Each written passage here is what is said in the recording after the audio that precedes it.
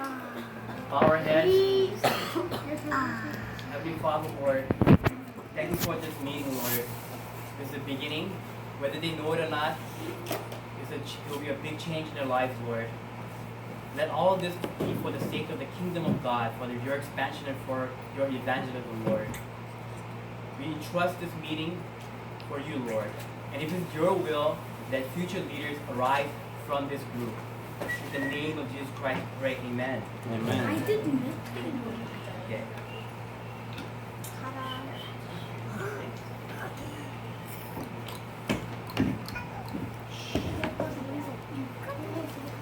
Mr. Gorbachev, tear down this wall. That's President Ronald Reagan. My fellow Americans, ask not what your country can do for you, ask what you can do for your country. And you're too young for this. That's President John F. Kennedy. Words can change history, and words are very, very powerful. Speaking is a learned gift. Anyone can learn to be a public speaker.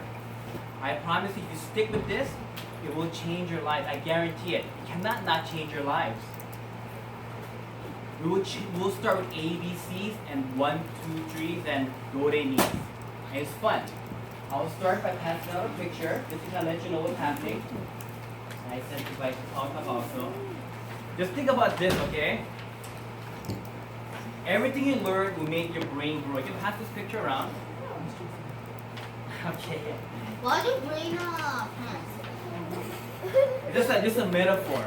And if you're not able to talk about what's in your mind, no one knows what you're thinking. You can pass this around. Again, everybody has thoughts, but if you cannot send it out of your mouth, no one knows what you're thinking about. So pass this around, please. Thank you. It has. I am excited for all of you. Again, remember, this is not a class, okay? It's not a class where you have a teacher talking and you're going to listen. This is the most talking I'll be doing in a meeting. It's not a class. I'll explain a little more. And I'll have opportunity for question and answers at the end. This is a communication leadership think tank. Okay, it's not a class. Most of you will be doing the talking when we start next week and the week after. And we're doing very fun things. It's not a hard thing, it's a fun thing. And there's nothing more basic than to greet well. I want you to start that first. Whenever you see somebody, when you say, how are you? Hi, try to give the best of yourself when you say that. And because of that, your first speech will be about telling people about who you are to others. That's the most basic thing. Who are you? Are you a rabbit? What are you? Are you a crazy person? Yes. You have to explain to people who you are. How do you describe what a food tastes like? You have to learn how to describe yourself like as if you're describing a very delicious dish. That's the first thing you have to do. And do not worry about making mistakes. There's no mistake. All learn. The only way you learn is by making mistakes. So if you don't make any mistakes, you're not learning. So don't worry about making mistakes. People fear public speaking. People fear talking in front of others more than dying, death itself. But I do not know one instance where someone died from public speaking yet. So do not worry about that. I wouldn't worry about it at all. Now, speaking is like breathing. You don't just talk. You have to learn to listen. You inhale and exhale. Part of good communication is great listening. So don't think this is a talking class where you talk, talk, talk, talk, talk. No. You listen and you talk. It's a two-way street. So I want you to think of that picture. Also, speaking basically is verbal handwriting, sculpture, art. When you talk, you create world, you create sculpture. And I see people that are not listening. You sculpt things, so be very careful about what you sculpt and what you make. Okay? The greatest portion of the Bibles are spoken words. They are prophets speaking, they're Jesus speaking words. So when you read the Bible, don't just read the Bible. For God so loved the world. For God so loved the world that He gave only begotten Son. You read it as if someone's speaking it. Because remember, it was not the textbook you just read through. Because these are spoken words. And with these new skills, I want you to use it for uplifting use. Don't use it to put people down. Use it for positivity. And you have to build a kind of a promise with each other on that. And you realize that you don't have to talk a lot to get the message across. Just like the quotes I gave you about the president, some of the best talks in the world are very short, to the point. You don't have to go on and on and make people bored. You know, learn to take good stories and make it short. And of course, you guys know Adolf Hitler. People can use talking skills to make things worse. One person in Germany named Adolf Hitler persuaded a whole nation of people to go in the wrong direction. So you can use it for evil also. Now you can say, okay, I'll give another picture. I was shy at times growing up and lost a lot of opportunities. And this is kind of me growing up, and many of you would do it too. It doesn't matter how smart you are. If you're shy, you might have a question that you really want to ask, but you feel very shy. Maybe you want to worry someone might judge you, so you don't say anything, right? And I don't want you to be like this. You can pass this around and look at this. Don't be this person, okay? When I was very young, I was so shy. My mom sent me to the reciting class. It's not a public speaking class, it's kind of reciting class. I don't know why she made this schoolwork class. It was very dark, and they had a lecture like this. I was so small, I had to take little steps up. I could barely look over the lecture. And the professor, teacher said, okay, it's your first day.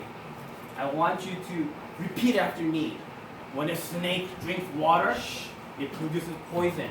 But when a sheep drinks water, it produces milk. Just see what I said. I was like, oh, okay. When a snake drinks water, it produces milk. No, it's poison. When a sheep drinks water, it produces milk. Yes. What is that? That's too soft.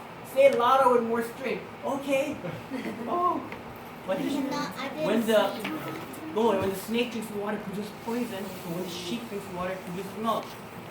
I couldn't barely hear you. That's so soft. What's wrong with you? Speak louder. And I said, okay, I'll be getting very loud. I was so nervous, I felt my body shake. And I said, okay, when the snake drinks water, it produces milk. No, it's poison. And when the sheep drinks milk, it produces milk. And I was so nervous, I threw up. I threw up all the legs on the floor. He told me, go home. Go home now. And I ran home. In my little heart, I told myself I would never do this public speaking again. And I grew up very shy because of that. But I knew in my life that I had to overcome this fear. And as an adult, I went back and I forced myself to do something that I really feared, which is public speaking. And it changed my career and it gave me a lot of opportunity. And I don't want you to be that person where you lose opportunities in your life, okay? And don't be that little boy. Public speaking is basically being able to communicate effectively to an audience. Now, in my opinion, the missing ingredient for a lot of young people, especially in the immigrant community, is a lot of immigrant kids, they study very well, okay? They read very well, they study hard, they go to great colleges, they have great jobs, but they're shy. Very painfully shy, and when the president of a company tells you, why don't you make a presentation? No, I don't want to do it. I'll do all the work, but he can speak for me. They do this all the time. That's why you don't see that many minority leaders out there. That's why the missing ingredient is to be able to be bold and to say your piece and be able to do public speaking and speak things out loud. You can do this every day.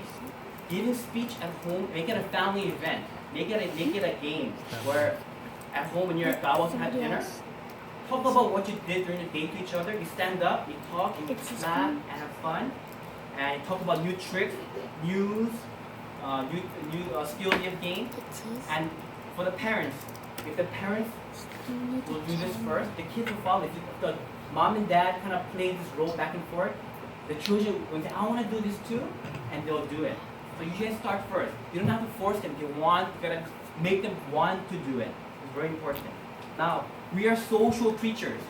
As social creatures, we desire to be with other people as much as oxygen and food.